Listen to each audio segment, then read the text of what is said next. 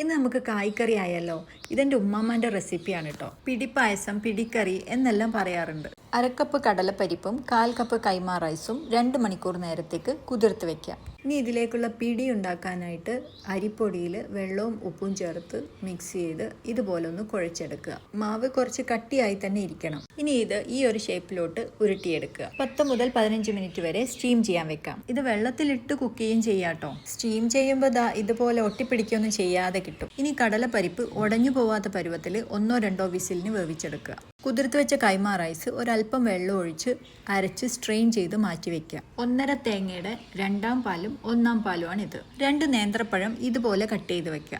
ഇനി ഒരു പാത്രത്തിൽ ഗീ ആഡ് ചെയ്ത് കൊടുത്തിട്ട് അതിലേക്ക് 2ാം പാൽ ഒഴിച്ചു കൊടുക്കുക. കൈമ റൈസ് അരച്ചു വെച്ചത് കൂടെ ആഡ് ചെയ്ത് കൊടുത്ത് കൈവിടാതെ ഇളക്കുക. ഇല്ലെങ്കിൽ ലംസ് ഫോം ചെയ്യാൻ സാധ്യതയുണ്ട്. 1 കപ്പ് പഞ്ചസാര ആഡ് ചെയ്ത് കൊടുക്കാം. കുക്ക് ചെയ്ത് വെച്ച പരിപ്പും പിടിയും ആഡ് ചെയ്ത് കൊടുക്കാം. ഉപ്പൂടെ ചേർത്ത് മിക്സ് ചെയ്തതിന് ശേഷം നേന്ത്രപ്പഴം ആഡ് ചെയ്ത് കൊടുത്ത് ഒരു 4 to 5 മിനിറ്റ്സ് വേവിച്ചാൽ മതിയാവും. ഇനി 1ാം പാൽ ഒഴിച്ചു കൊടുത്ത് ജസ്റ്റ് ഒന്ന് മിക്സ് ചെയ്ത് ഏലക്ക പൊടിയും കൂടെ ചേർത്ത് ചെറിയൊരു തിള വരുമ്പോഴേക്ക് തന്നെ ഫ്ലെയിം ഓഫ് ചെയ്യാം.